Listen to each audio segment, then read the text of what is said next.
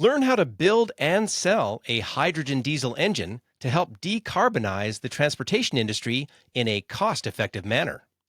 With COO Rebecca Goldsack from DieselTech Industries on today's episode of the Executive Wins Podcast. Welcome to the Executive Wins Podcast, where senior leaders share their biggest wins so you can get inspired and grow your business. Here's your host, Gordon Shepherd. Welcome to the show. I'm your host, Gordon Shepherd. And before I get started, I want to ask you a question. Do you have a wins list? As in, do you actually keep track of your accomplishments?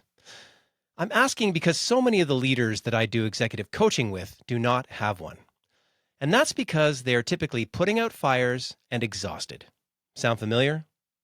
So here's what I want you to do right now. Pause the podcast and spend 5 minutes making a list of your own wins. It could be a project that you completed profitably, or the fact that you learned how to delegate and are no longer a micromanager. Or maybe you just started going back to the gym, or you've actually become a better parent because you worked on your listening skills. I do this exercise with many of the senior leaders that I coach, and for most of them, it is the first time that they have ever done it. And after they build that wins list, then I help them learn how to categorize it in a constructive way, so they can take the best parts out of what they have achieved and learn how to apply them to get more wins in the future. Here's an example from my own wins list. I worked with a company for 500 hours as a business advisor, and by the end of that engagement, they fully implemented the organization plan that I brought to them. Examining that win made me realize that I had to standardize that plan into something that all senior leaders could use. That led to the creation of the executive planning system, and I now bring that to every senior leadership team that I work with. It's a comprehensive guide that helps them to learn how to optimize their entire organization. With that example in mind, I hope that you can see the benefit of building a wins list for yourself. On today's episode, you'll learn how to build and sell a hydrogen diesel engine to help decarbonize the transportation industry in a cost-effective manner. And that's with COO Rebecca Goldsack from DieselTech Industries. I also want to let you know that today's episode is brought to you by the Executive Wins Coaching Session. In this high-impact session, I work one-on-one with senior leaders who want to learn how to consistently get more wins in business. The session starts with helping the executive to define what a win is, and then they choose a business win from the past. And that could be anything from buying a company to innovating a process to building a high-performing team and more. Then I teach them how to reverse engineer that win in a structured way using the anatomy of a win, a proven 5-step approach that helps leaders understand the strategy, work plan, people, operations, and results behind the win. Once they understand the anatomy of a win, then they can apply it to consistently get more wins in the future. I also help them learn how to build a wins list and actually figure out how to categorize that list so they can bring focus to the next area that they want to succeed in. Finally, we talk about finding authentic ways to celebrate at work, because so many executives need to learn how to slow down and acknowledge their achievements. And more than that, their teams need an opportunity to celebrate too. So if you're an executive who wants to invest in a high-impact coaching session that will help you to consistently get more wins in business in the future, then visit executivewins.com to learn more. And now on to today's show. We are lucky to be joined by Rebecca Goldsack, COO at DieselTech Industries, a well-established company that is constantly innovating in the transportation industry in Alberta and around the world. You can learn more about them at dtiguardian.com. In this episode, you'll learn about how Rebecca and the multidisciplined teams at her company are winning when it comes to bringing decarbonizing solutions for a wide variety of applications, including the Guardian hydrogen diesel system, which is a dual-fuel solution that is great for short-haul and return-to-base transportation needs. You'll also hear about Rebecca's commitment to building up the entire hydrogen ecosystem. For example, she is the chair of the board for Hydrogen Alberta, and she also won the Hydrogen Leader of the Year award at the 2025 Canadian Hydrogen Convention. This episode is a terrific example of how to win on many levels when you have the right values and a glass half full approach to pioneering new technologies. And now here's Rebecca Goldsack with her executive win. Rebecca, welcome to the show. Thanks for having me. Well, thanks for being here. I know out in networking, you are everywhere. You are an advocate for so many things beyond just your business, but for life and changing the world and doing all those things. I know so many people are going to be just so lucky to have you, telling us a bit of your story here today on the podcast. But a lot of people don't know you. So if you had to describe yourself at a networking event or at a party, what would you say about yourself to let people know about who you are? Yeah, so my name is Rebecca Goldsack, and I am COO at DieselTech Industries, as well as I am chair for Hydrogen Alberta. Chair for Hydrogen Alberta. Why would you want to be the chair for Hydrogen Alberta? What motivates you to take on that role? Well, for me, it's all about networking. When I see what's needed in the industry, that is where I love and thrive, is getting people in the same room, talking about a common goal. And so by being chair, I'm able to help bring those synergies together with different organizations to essentially create a hydrogen ecosystem that just works quicker and able to take things from concept to market in a quicker timeline. And why do we need a hydrogen ecosystem? When you look at what's happening, I mean, obviously, we look at, fires that are happening and things like that. We need to do our part to, decarbonize, to work towards that common goal. And when we, started in this hydrogen space, we knew that we could make a difference for the hydrogen ecosystem. And hydrogen is really that molecule that makes great sense for heavy duty mobility. And so we jumped on that bandwagon, and it's an exciting one to be a part of the hydrogen ecosystem. Having said that, if you would have told me, 5-10 years ago that I would be here talking about hydrogen, I probably would have laughed at you. I mean, I'm very much like a lot of people, just, know hydrogen's on the elemental table, but didn't know much more than that. But I can talk your ear off on it now. I'll bet you can. And Chief Operating Officer, it takes maybe more than a few minutes to get to that level in a company. So tell me now a little bit about how did you come to that role, maybe some of the backstory there, and then about DTI as well. Yeah, so DieselTech Industries, DieselTech Truck Repair, and DieselTech Holdings are all owned and started over 25 years ago. So we actually just celebrated our 25th year in business back in the fall of 2024. So very exciting milestone that we were able to accomplish. We started in the diesel repair business. That is essentially our bread and butter. And then in about 2004, we decided to start technology for transportation. So we've taken several technologies right from that concept to market. We originally started in the emergency positive air shutdown business. And if you're like, I don't know what that is. Diesel engines run on compression ignition. So even though you take a key and put it in your pocket, a diesel engine will literally run away until it explodes. So we developed what we call our Guardian EPAS system. And so that shuts down the engine. It monitors RPMs. And that was really our flagship technology. I always say it's a technology that paid the bills. And then through there, we've developed other technologies such as our Guardian E-Log, so electronic logging device. We were actually first in Alberta, second in Canada to become Transport Canada certified, which is a binder this thick that we had to work through. So we are no strangers to regulations and making sure that we meet certain mandates within that. And then about 4 years ago, we started on our Guardian HDS, so hydrogen diesel dual fuel technology, which, as I was saying, we knew technology for transportation. Reading and interpreting engine data is our mainstay. That's what our bread and butter is. And so that's where we, took our existing technologies and got this from concept to market quite quickly. And as they say, the rest is history. You're good at bringing technology, like you've got the 25 years behind you. Somewhere in there, the company's smart enough, 2004, is to say, wait a second, there's more to life than just, doing the diesel engine repair business. They get into then bringing technology to market, including not easy. Like when you talk about thick regulatory, you had to work through. That doesn't. It takes time. That comes over years, and then your expertise that you develop, the fact that you're deploying, your work in the way it's going, and then if I looked inside your engine, I would see the opportunity to put in both diesel and hydrogen. Is that correct? Exactly, yeah. And that's where, we were able to, develop this technology because we knew engines so well.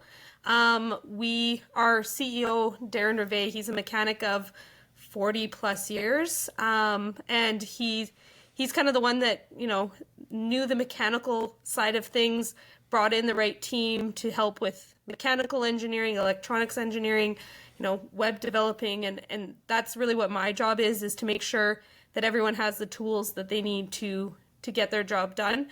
So over the years, we've been able to take, that multidisciplinary engineering team. We're all in-house. So we're also super proud that we, are supporting our local economy in the fact that, they're in office, they're actually working on these engines. So we don't source out any of our engineering. But that also allows us, if a customer comes to us and says, hey, I need to do X, Y, Z, we don't have to go through multiple different channels in order to do something.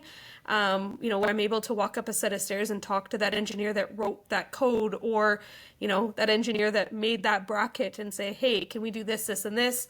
So it's really about teamwork. I wouldn't be in my position if I didn't have, the team behind me that really helps, get this going and moving. And it's entirely a team effort. And we've been very blessed and lucky to have such a good team. One of my guys, it's been with us 18 years. So, they've been with us through everything and anything.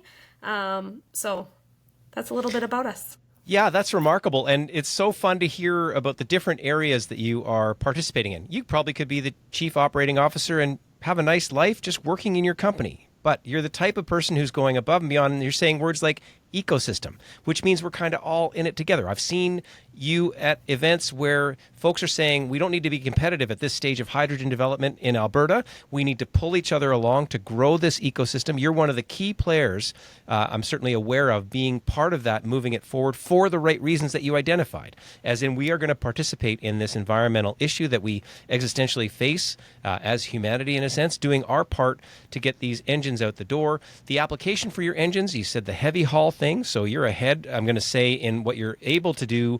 I'm going to say ahead of the battery thing right now. Certainly in heavy transport, what I'm hearing on the battery side is it's just not quite there yet for what they're going to need to pull. But you said, no, we're here right now. We're ready to go. And then you're working towards that deployment that fights through, not unlike your thick binder fight.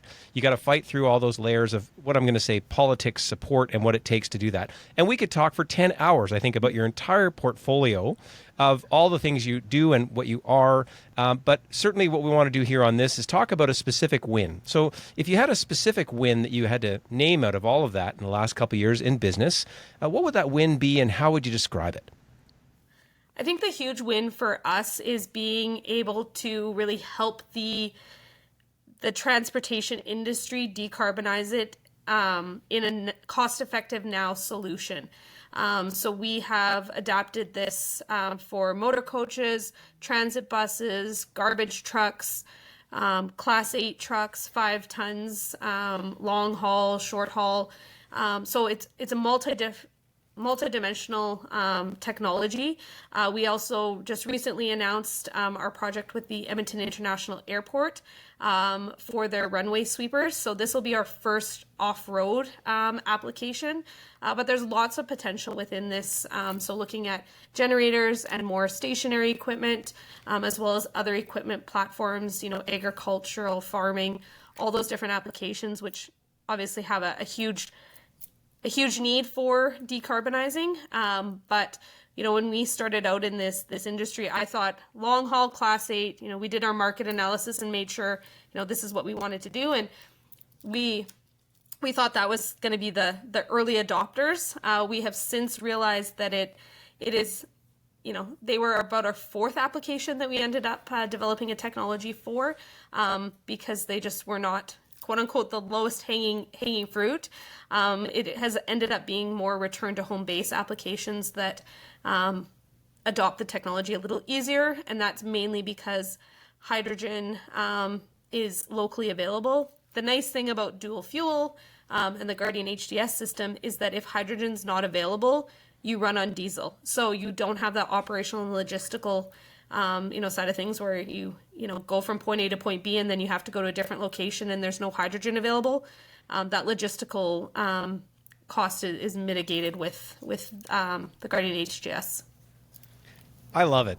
And it's so fun. I'm going to say, for my own non-technical mind, I'm going to say you've built a better engine that has two sources of fuel, and you are now going through the product market fit realities that it takes to get that out in the world, and you are committed to doing it for all those kind of right reasons, in a sense, and you're actually getting it done in all these different places where you're experimenting with who's going to love it and finding out where the low-hanging fruit is. My guess is when we talk about the trucking industry, not unlike talking to some of the people I'm talking to in the building industry on this podcast who are trying to innovate through incumbents, the way things have been done, mentalities that you need to kind of break through with, and you're kind of managing all of that all at once.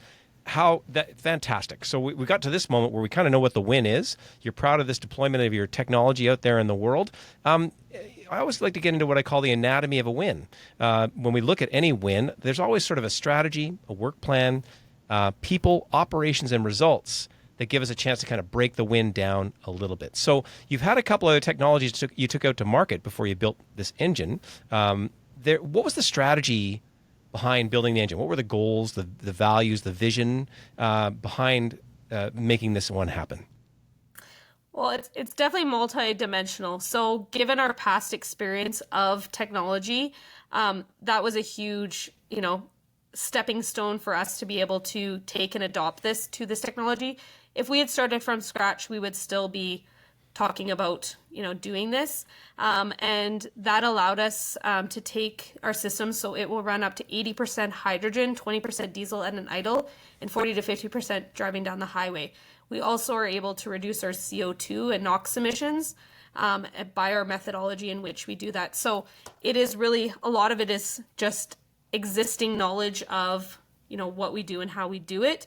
And then the people, right? I was talking about, I have an amazing team behind me, and when we work, have a client that comes to us and says, hey, can you do it for this application? Obviously there's different challenges with different applications as to where do you put the tanks and that kind of but our team is very much working in a collaborative because it's not one person that can kind of take this to the finish line. It's multiple different people working towards that. So I guess the other one is definitely the people, the team that I have working with us to ultimately know that we've seen it time and time again. We had one of our it's kind of a subset of our technology, our Guardian leak detection system. One of our engineers said, well, why don't we just develop this ourselves? And it's an engineer that came up with this, saying let's do this. So these types of things of making sure that they have the buy-in that and I very much am on this podcast saying that our team thought of this idea. It wasn't me coming to it, but that it definitely helps garner the overall team effort because it is not one person.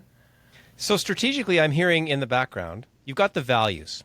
You were willing to change from sort of your regular industry into the innovation space. You developed the innovation sort of chops to pull that forward. You had a vision for how you wanted to impact the environment. There's something about profitability in here too that has to be real for business. There must be an element of that. How did you see that it was going to be, I'm going to say, financially feasible as well, kind of when you started out? Because technology development takes time. It's a big investment, big risk to a certain degree. But how did you have that part balanced out to know that it was worth going for? Well, that's a big part of this. When you compare hydrogen fuel cell vehicles that cost 3 times the cost of what a typical, just going to give an example, a Class 8, a semi truck, where you can go down to your local dealership and pay, $200,000 for that vehicle. It does not make financial sense for a capital expenditure. We as regular humans cannot afford to have our costs go up 3 times to move that bread from one location to another, or fuel from one location to another. So this is where this technology really helps keep that existing asset on the road, which helps ultimately with that adoption of it. And ultimately, this is really mitigating the chicken and egg, because obviously you need hydrogen in a location in order to be able to do the retrofit. But you also have a technology where you're keeping that asset on the road. Depending on a fleet, the cost of a vehicle, pre-COVID to what it is now is about 50%, or $50,000 more than it would have been. So, fleets are going to keep those assets a little longer than they would have typically, because the cost of it's just increasing. And so this just allows, for that CapEx cost, because the system is, you can amortize it over an extensive period of time. So it allows them to keep that asset and ultimately decarbonize it at the same time. So if I'm gonna pay three times more for your cool thing to transport my stuff, it makes more economic sense, because you're saying this is going to amortize over a longer period of time because the engine lasts longer. Is that fair? Yeah, so the reason and rationale for that is because a hydrogen fuel cell vehicle, so a complete net zero technology, is give or take about $600,000 Canadian to do, whereas a typical diesel one is about $200,000. So the cost of doing that just makes it prohibitive for fleets to be able to do. So this way you add on this kit, and then you are decarbonizing while keeping that existing asset. So we want to really work with companies that are aligned with your values. I mean, you're proving that. You're taking it out to market. You're finding the clients that are aligned with sort of your environmental goals. They're willing to absorb maybe a higher upfront cost, but they also know then the benefits down the line are going to make financial sense for them kind of in the long run as we kind of get that out. And it's funny, if we got into fully breaking out the costs right now, it's not as simple as 3 times as much, because there's many other factors here that are involved. And I don't mean to sort of do the detailed analysis. I'm sure people can get in touch if they want to see how you're going to make it go. And then as we see the price of hydrogen come down on a per unit basis, that's also going to evolve as the hydrogen deploys. But again, you're building up the ecosystem to kind of get there. So it's pioneering to a certain degree, and you're in that sort of zone where you're kind of making it all happen. That's great. So we've got some strategic insights. Along there's sort of a timeline or a work plan that we need to make our strategy occur. I've heard some major milestones. If I got the whiteboard out right now and I was able to put that timeline up, I'm just going to say, well, there was a major innovation in '04. There's another major innovation down a few years later. This one comes a few years later in terms of major moments along the way. Any other major highlights, moments, like a big sale, a moment, an adoption moment that's sort of specific that we can help us to know that contributed to the win? Well, another huge win for me personally was at the Canadian Hydrogen Convention. I actually won Canadian Hydrogen Leader of the Year award. So it's nice to be recognized for the work that myself and my team is doing. But it's nice to get a little award and have a plaque to be able to put on the wall to kind of quantify all this hard work that we've been doing. Congratulations, because when you got to go break eggs in a new field, I mean, obviously that reflects then, I'm going to say, what, a decade of work on, because you said that earlier, it's about a decade you've got in. Is that fair in your own work? So we actually only started in hydrogen about the last 5 years. Okay. So we've done other technologies, been in other markets, but this one, the hydrogen specific, is about 5 years worth. One of my favorite consulting questions actually is, what happens if we get it right? And you would have imagined that a lot. You're smiling like, what happens if we get this right? Yeah, that's very much, we've had mandates come out. So back in 2018, Transport Canada came down with legislation on the emergency positive air shutdown system. And so with that, we had a 600% increase in sales. We had to, add people to our team, train them on the systems. So we are definitely interested in, while those days were very stressful, they also allowed us to make sure that we have all of our I's dotted and T's crossed, in all essence, to be able to, work with what we're doing, and, make sure that we're meeting the demands of what we're we're trying to achieve.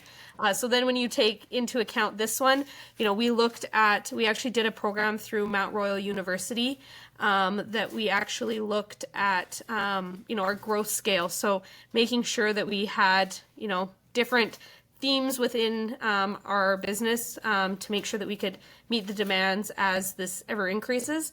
This is a perfect example of our system is actually a kit format. So we are not doing this so that we physically have to install, because we have 15 days. We do not have the space to scale to the level that we want to do with this. We have the pilots in our shop, but we have over 600 dealers within our network for our other technologies that we can then say, hey, are you interested in doing this in this region? Here's the kit.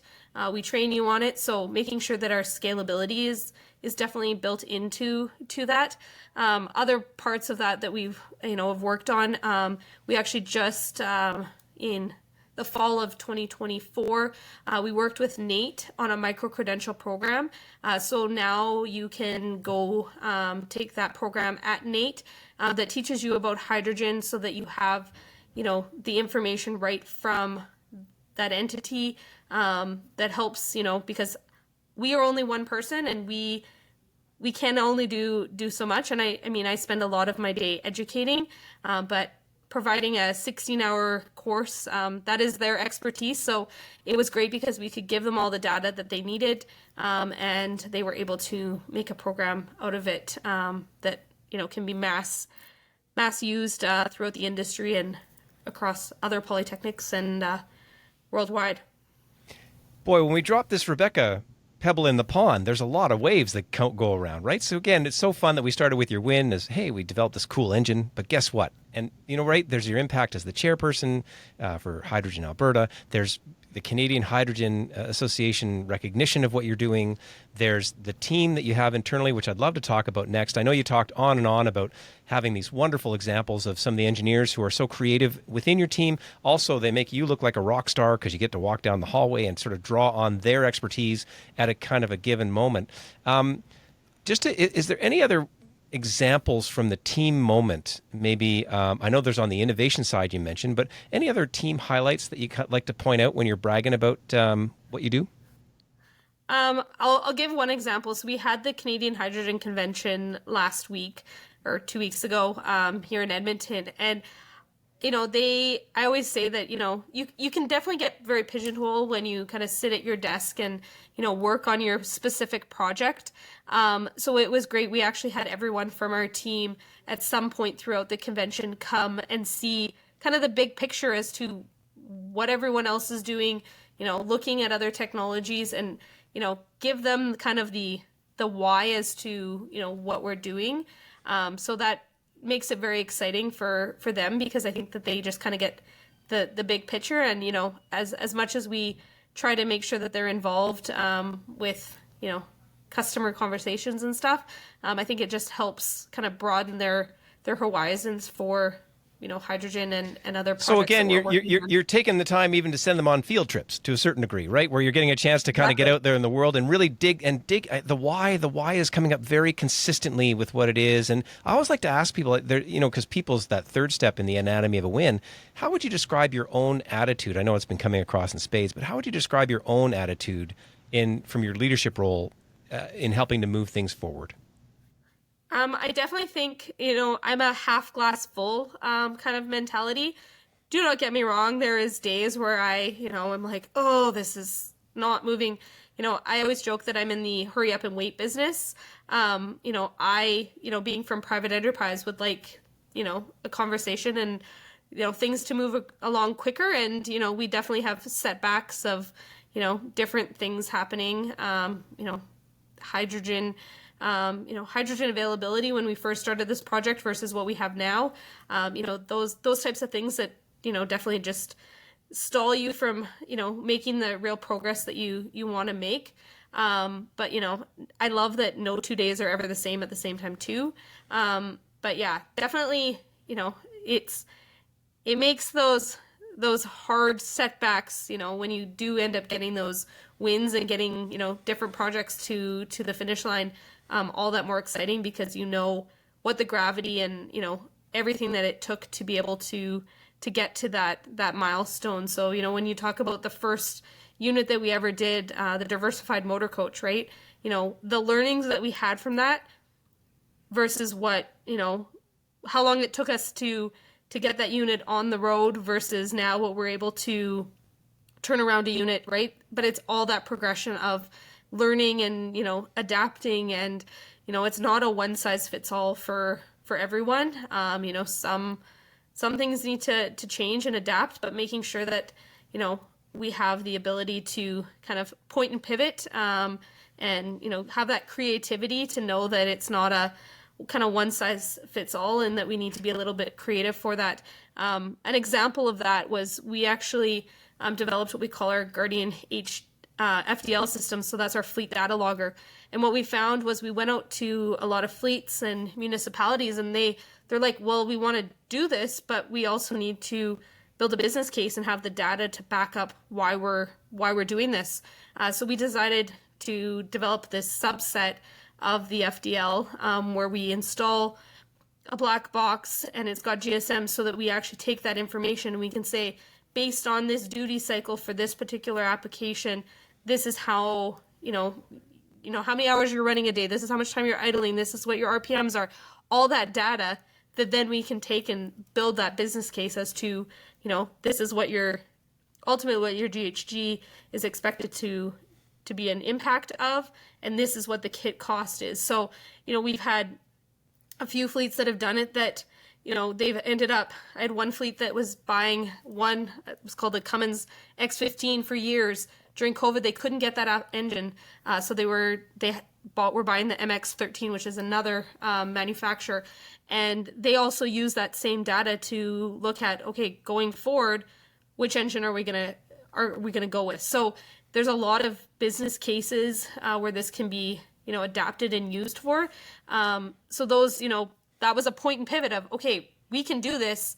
Let's work and retool ourselves so that we can meet this working for what we have. So, those are some of those times. Well, and I can sure hear the glass half full, because the machine gun fire of great stories that come quickly from you. You can hear that every conversation that you're in, whether you're educating those students, I'm going to say at the post-secondaries, or you're, I'm sure, client-facing, or whether you're dealing with your staff, it sounds well-earned when you're winning these awards and accolades. It makes a ton of sense. And again, when we look at pioneers in an industry, folks like you are the folks that kind of are a piece of that puzzle that kind of make things go. We've heard a little bit about the strategy. We've talked about some of the work plan moments along the way, heard droves of people opportunities around expertise, and again, the glass half full. Operationally is a big part of the win. We need operational highlights along the way, and I've heard a few of them. One, we've made pivots as needed. We have the ability with this I'm going to say we earn knowledge along the way. We didn't just start cold out of nowhere. We've understood the regulatory environment, this kind of thing. If you had to pick out sort of operational highlights to get you this win, is there one or two that you can kind of focus on to let us know? Oh gosh, that's a difficult question. I think operationally, a big thing for us is just having in-house team. We have the facility here that we can, a heavy duty technician can, take, a part off for a mechanical engineer to configure something. So it's really that hands-on, we have the facility here, where they can actually look and touch and see and feel. And then you've got, our overall system. So when we develop things, we're not just doing it from an engineer's perspective, because in the real world, when that heavy duty technician is working on that vehicle, if, some part is in the wrong spot, they're going to swear it up and down, because why did an engineer do it this way? But if you have that, which we have, that heavy duty technician perspective on how do you, make this work in the real world. So, there's several things that when we're developing this that, you're not just having one perspective, and it's that operational side of like, how do you actually implement this? So this is that kit format, making it as simple as we possibly can, so that the adaptation makes it easier. I always talk about, one of our first technologies when I was talking about our Guardian e-log, so electronic log, or the electronic logging device, or our Guardian e-pass, we make sure to include all the hoses, all the clamps, because as an industry, our heavy duty technicians, they used to get annoyed all the time when they get, a component in and they are not, they're missing something, a fuse for it. And so then they have to go back to the office, ask for that part. So it's just making sure that we're keeping everything in that kit, or even things like, could, save some costs on a clamp by buying a cheaper version of that. But at the end of the day, when it blows off because it's crap, we're the ones that get the phone call back. We're the ones that have to wear that warranty. So put a better quality clamp in. You don't have warranties. You have an overall happier customer. And, it's a win-win all around for, that customer that doesn't have to call you for, an issue. But those are kind of things that we've learned, and, just from what we've done operationally, making sure that, we have all of our, and I mean, we are not perfect, but we definitely have, we have lots of experience and lots of learnings. And you can really hear that you're on the iterative side of things in terms, and then I love the perspective of the CEO with his own 40 years of hands-on experience, right? Where he understands that, and you can hear the integration that you've done, and it's a big deal to vertically integrate things, right? Because the temptation, I'm sure, is there. You could go into a multi-supplier model where you're sort of moving things around when you're manufacturing. But in this case, you've chosen to have the in-house expertise on the engineering side meets the heavy-duty mechanic side meets the customer iterative get it right side. Like, how wonderful to pull all that together. And funny, we were talking about operations, but we could be talking about strategy, because that's very intentional. But that doesn't happen overnight in terms of what you're doing. It really is an iterative process to kind of get you there. What a great operational highlight to point out. And again, how satisfying it must be for the people producing on your end, as well as your customers at the back end as well. That's another deep rabbit hole we could go down a little bit more. The fifth step in the anatomy of win for this conversation is finally the results. So if you had to look at this win and talk about, what are some of the qualitative and quantitative results that you can measure for this win that you can let us know about? Yeah, I guess for us, it really comes down to, we're a small team of 40.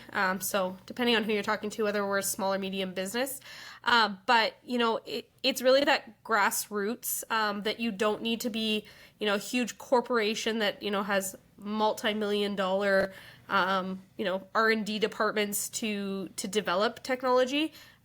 You can really be an Edmonton, Alberta, Canadian-based organization that is actually going to, pave the way for, hydrogen adoption within the Canadian and worldwide market. But then also too, the fact that, we have a history of doing it. We have the ability to do this, and ultimately that's where the success of what we're doing. And you can't put a blessing on what we've been able to do. And I think that for us is a huge win. We want to have our technology, there's 1 million registered vehicles in Canada alone, 40 times that in the US, right? So having our technology adopted by a good chunk of fleets that's ultimately where we see this going, and our ability to have that technology adoption for industry, because I think that our net zero targets are an amazing concept. We definitely need to do a walk before you run. You're not going to have success without making those strategic steps towards the decarbonization. And I think that what we've seen within governments especially is less of a focus on net zero and more a focus on decarbonization and providing that pathway towards that. And that's ultimately where our technology fits in. So 2030, I always say, is only really 4 years away, which has a 30% reduction. And that 2050 net zero, how are we actually going to achieve these targets? This is one of those solutions that is definitely going to be able to get us there. So, I want the Guardian HDS as a mainstay kit to go on to multiple different applications and chassis. Well, thank you for my kids' kids. You can hear again your values kind of screaming through, and it's so fun for me meeting the leaders on this show. I don't think anybody said money. There's always a reason. There's always the team. There's always this sort of, incrementally kind of making things better in this kind of thing. I always like to ask just to hear at the end, if you had sort of advice for other leaders, because this podcast is for leaders to learn from leaders like yourself. Any suggestions, just, brief suggestions about what sort of things you would pass along in the context of what we've been talking about today? My biggest thing is network. Get out there, get your name out, get uncomfortable, go strike up a conversation with a random person that you don't know. Get into these, there's lots of networking events that are out there, depending on whatever discipline that you're in. But it's that connecting the dots that can lead to these interesting organic conversations. I've had this happen, time and time again. I went to an event in Saskatchewan. It was an AGM, and I was like, oh my God, like this is not. There wasn't more than 50 people there, and I was like, oh gosh. We ended up finding a great client that has been huge leader in the Saskatchewan region for hydrogen, and we never would have met him had I not decided to drive those 8 hours to Regina to go to that meeting, to have that conversation. So you just never know when our paths are gonna cross, but all too often I'll get an email from someone saying, hey, I don't know so and so, or I'm looking for XYZ, can you put me in the direction? That is ultimately what, it's just knowing someone of, hey, I've had a conversation with whatever, and just putting those conversations together. So I always say network.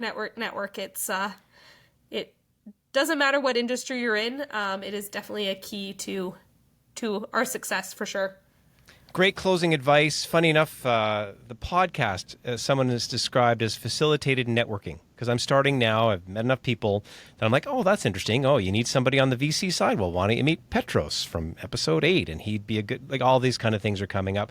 That's really just terrific. Obviously, we could talk for hours and hours and hours. I appreciate I'd say the glass is full from talking to you here today. Really appreciate that you took the time to share your story. Thank you so much for being on the show. Thanks for having me. Help everyone to understand the why, network, and invest in innovation so you can change the world. That is how Rebecca Goldsack is helping DieselTech Industries and the entire hydrogen ecosystem to grow. Thank you, Rebecca, for your inspiring wins. If you enjoyed listening to this episode, then make sure to check out our other episodes, which include How to Live a Fantastic Life with the famous Dr. Alan Leica. And if you and your leadership team want to learn how the executive planning system can help you to optimize your entire organization, then visit executivewins.com to learn how. You can also subscribe to the Executive Wins monthly newsletter to stay up to date on the podcast, live events, education opportunities, and more. Visit executivewins.com/newsletter to sign up. And if you enjoyed today's episode, make sure to rate, review, and subscribe, and share it with a fellow leader. And don't forget to check out our resources and links in the show notes. And keep listening to the Executive Wins podcast for more inspiring wins that will help you to grow yourself, your team, and your entire business. Thanks for listening to the Executive Wins podcast. Make sure to rate, review, and subscribe as we bring you more inspiring wins from outstanding leaders so you can grow your business.